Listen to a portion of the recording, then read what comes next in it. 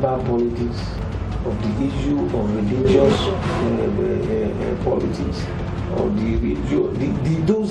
those creepy areas that have been like stumbling blocks to our progress. I thought we had forgotten about that, but suddenly they have come also now to the fore. It is scary, no doubt, but because it looks like a fight between the North and South, and it shouldn't be. It whipped up a lot of sentiment, but when I listened to some of the Southerners and I listened to some of the very eminent leaders from the North, it gave me the reassurance that it is, some people are using it as a divide and rule for them to seize power.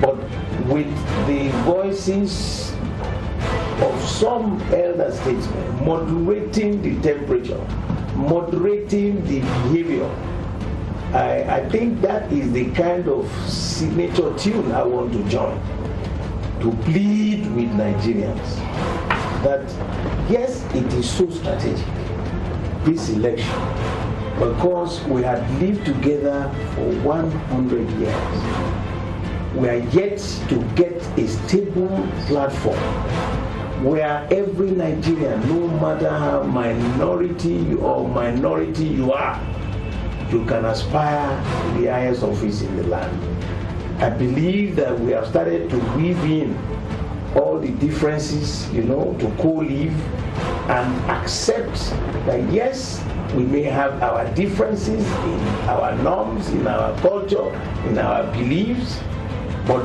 this mighty giant nation called Nigeria, if there is respect, that you speak your language, I speak my language, I have respect for you, you have respect for my own norms and all that, we can co-live. For power is a very serious issue.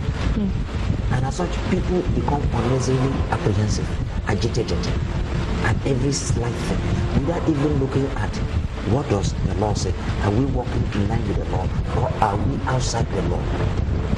And sometimes people begin to fly kites just to test the water and see what will be the response of the people.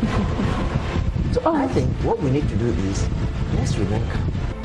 And so when a child is learning to write, or whoever is learning to write, when you write, it is derived from your neurological processes.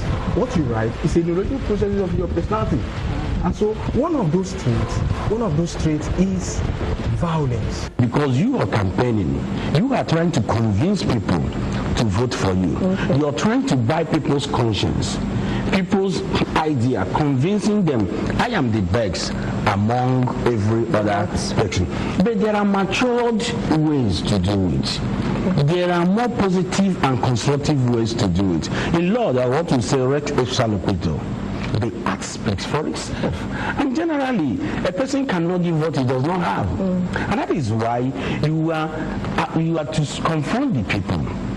Tell them what you feel you can do that the present administration is not doing, and how you want to go about it, and not using frivolous propaganda and incitements that will make people to start going to the street to fight and all the rest. As a Nigerian who had been in this business for a while, if we had had the elections on the 14th of February, I cannot imagine the state in which this nation would have been.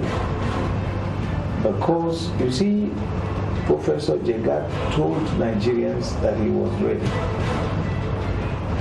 And I asked a very pertinent question at that time. But thank God he's a professor. 80% of some states or some zones have collected their PVCs, and 10%, 30% had collected. And with him, if you do not have your PVC card, then you cannot vote. So what kind of theoretical scenario was he painting?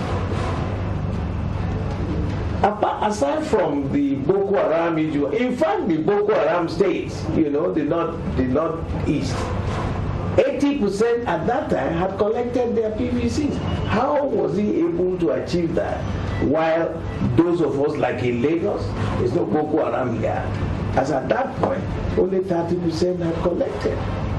What happened? That was then. Thank God. It wasn't always a matter of security. That was what he was assuaging. And he should have been bold enough. He's a gentleman. And he came, we know him to be a man of integrity. But he would have, there's nothing wrong to have owned up that, look, there are certain bottlenecks responsible. But he threw everything on the issue of security, which is not fair. Because he himself, in his organization, he wasn't ready.